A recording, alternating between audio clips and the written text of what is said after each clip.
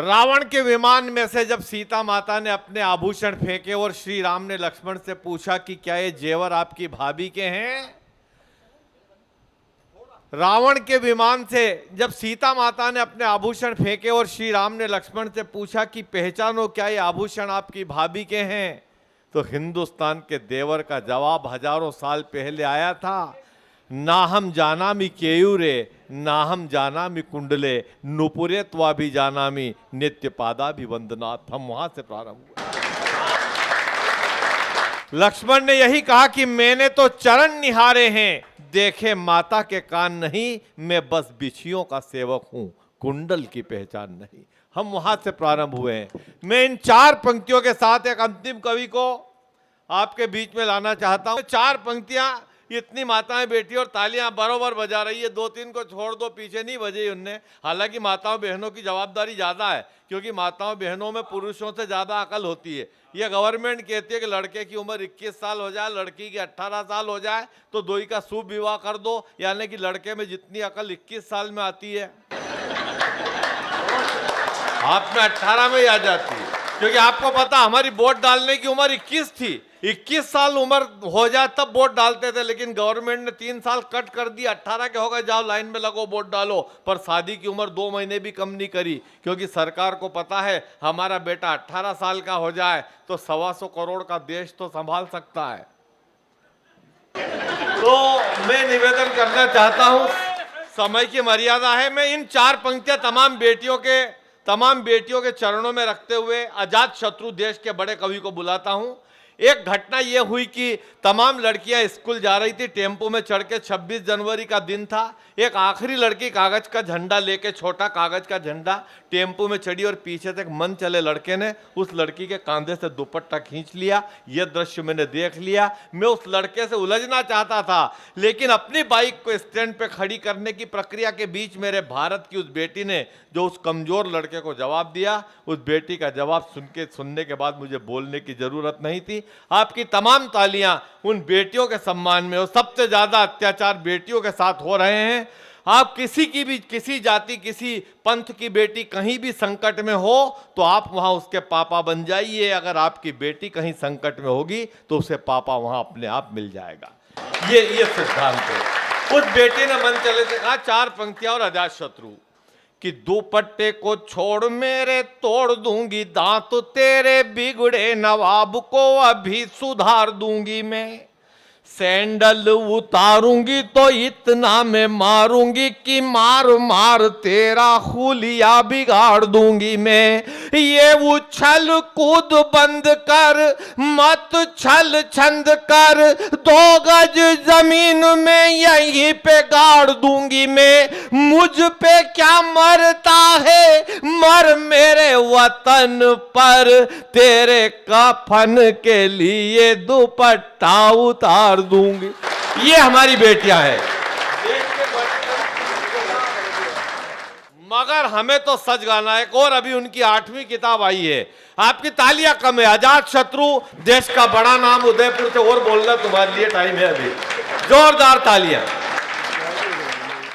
संचालक बहुत चतुर होता है और ये बड़े चतुर संचालक है। नमन जी ने प्रोटोकॉल तय कर लिया था, तो इन्होंने सौरभ, सुमन और मेरे मध्य में अपना काव्य पाठ भी निपटा दिया।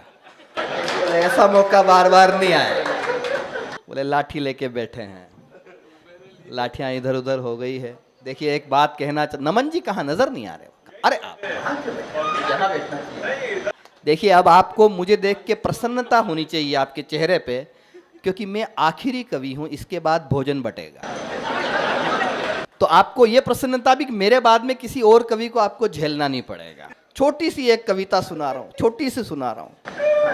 अद्भुत है ये सब। इतना कष्ट मैं आपको नहीं दूंगा, मैं आखिरी उम्मीद हूँ आपकी, और ज़्यादा ज्ञान की बात भी नहीं करूँगा। देखो इतना ज्ञान है मुझ में कि आपके पास लाठी है, मेरे पास कविता है। कविता भी लाठी का काम है। और जब जब देश की सरहदें संकट में आई है, तब तब कविता ने लाठी का काम किया है। बाबूजी हमारे बैठे हुए हैं, ये जानते हैं।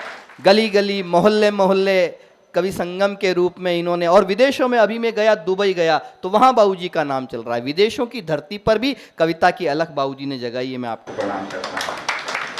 हमारे प्यारे मफतलाल जी, ये अपने नाम के अनुकूल इनका काम है, किंतु आज मफतलाल जी ने पैसा भी दिलवाया है, इसके लिए मैं इनका भी ऋणी हूं। एक बार इनके लिए तालियां बजाइए। अद्भुत है। जिसकी लाठी जिंदा है उसकी परिपाटी जिंदा है। जिसकी लाठी जिंदा है उसकी परिपाटी जिंदा है। मैं मेवाड़ की धरती उदयपुर से आया हूं, हमारे पास हल्दी घाटी जिंदा है।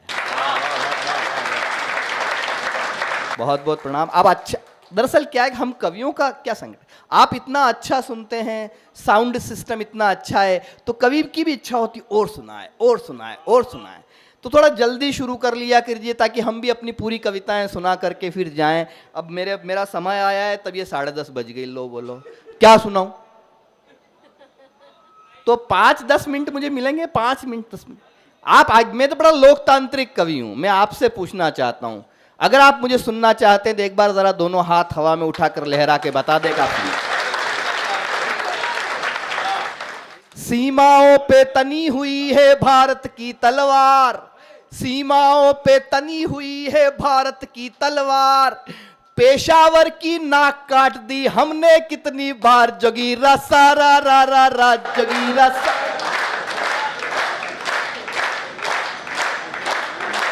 क्या सुनते हैं नमन जी? ऐसे श्रोताओं का, ये आपके पास में बहुमूल्य हीरे हैं, जवाहरात है जो यहां बैठे हैं इस सदन में, ऐसे श्रोताओं का तो निर्यात किया करो। जहां भी कवि सम्मेलन, इसके मेरठ में नौचंदी मेले में भिजवाओ, यहां पे 2 बसें यहां से भिजवाओ, कवि सम्मेलन जम जाएगा वहां पे। मोदी जी ने कहा फोन पर सुन ले अब बेईमान, मैं सर्वाधिक ऊर्जा आपकी देखना चाहता हूं, बड़े चैनल के सामने खड़ा हुआ हूं। मोदी जी ने कहा फोन पर सुन ले अब बेईमान, नक्शे पर से नाम मिटा देंगे हम पाकिस्तान, जोगीरा सारा रा रा जोगीरा। जिंदाबाद, सैल्यूट करता हूं आपको। और दूसरी बात, आखिरी जोगीरा सुना रहा हूं। अब के जो अगर युद्ध हुआ तो वो होगा घनघोर, अब के जो अगर युद्ध हुआ तो वो होगा घनघोर। तुकांत अगर मिल जाए, कवि है सारे, सब समझते हैं इन चीजों को, तुकांत पे आनंद चाहूंगा आपका।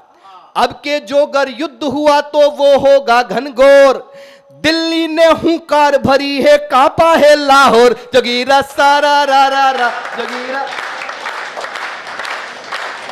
मैं सच कह रहा हूं, कसम खा के कह रहा हूं, मैं, मुझे इतनी उम्मीद भी नहीं थी। आपने जो तालियां मुझे दी है उससे मेरी इच्छा हो रही है एक कविता और सुन। क्या क्या अद्भुत अद्भुत देश है। ज्यादा ज्ञान की बात नहीं करूंगा, ज्ञान की हालत बहुत खराब हो गई। एक आदमी ज्ञान बांट रहा था, बोले लोहा लोहे को काटता है, हीरा हीरे को काटता है। इतने में उस आदमी को पीछे से कुत्ते ने काट लिया। भीड़ वैसे आवाज आई, कुत्ता कुत्ते को काटता है। मैं छोटी छोटी बाबूजी, मैं छोटी छोटी कविताएं सुनाता हूं। एक कवि ने इतनी लंबी कविता सुनाई, सामने बैठा एक श्रोता वीर गति को प्राप्त हो। उस कवि पे बाकायदा हत्या का मुकदमा चला, मामला कोर्ट में पहुंचा। जज ने कहा, हे कवि, तुम्हारी कविता सुनकर एक श्रोता के प्राण पखेरु उड़ गए, तुम्हें फांसी की सजा दी जाती है, तुम्हारी कोई आखिरी इच्छा हो तो बताओ। कवि बोला, जज साहब, मैं वही कविता आपको सुनाना चाहता हूं।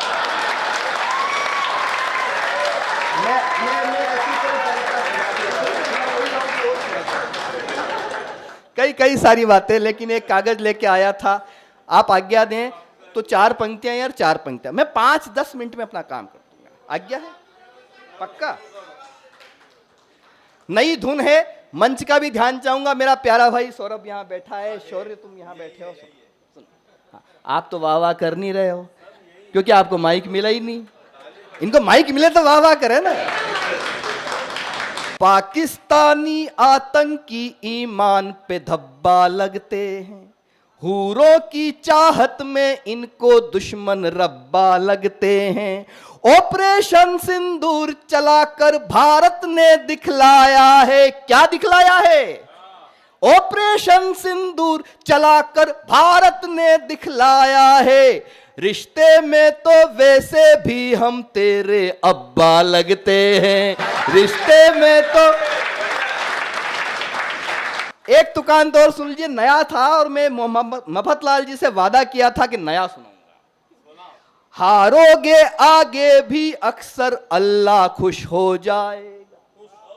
अल्लाह भी नहीं चाहता जो आप कर रहे हैं, आपने अल्लाह को कुरान को भी ढंग से पढ़ा नहीं है। हारोगे आगे भी अक्सर अल्लाह खुश हो जाएगा, अपना सन्नी गदर फिल्म का हैंड पंप ले आएगा। याद करो, अपना सन्नी गदर फिल्म का हैंड पंप ले आएगा। सेना को आदेश मिला है, नक्शा अब ऐसा होगा, बच्चा बच्चा पाकिस्तानी वंदे मातरम गाएगा। बच्चा बच्चा, तालियां कमजोर है आपकी, बच्चा बच्चा पाकिस्तानी। और एक पंक्ति जो बहुत वायरल हुई, लाखों में वायरल हुई, वो पंक्ति आप तक पहुंचा रहा हूं, शायद आप पहली बार कवि सम्मेलन में सुनेंगे। सुनिए, गंगा के बेटे सिंधु का पानी याद दिला बैठे, गंगा के बेटे सिंधु का पानी याद दिला बैठे, हम हिंदुस्तानी तेवर तूफानी याद दिला बैठे। दहशत थी लाहौर कराची पेशावर की गलियों में, क्या मन मिले आपका, हम भारत के बबर शेर हैं नानी याद दिला बैठे, हम भारत के बबर शेर हैं नानी।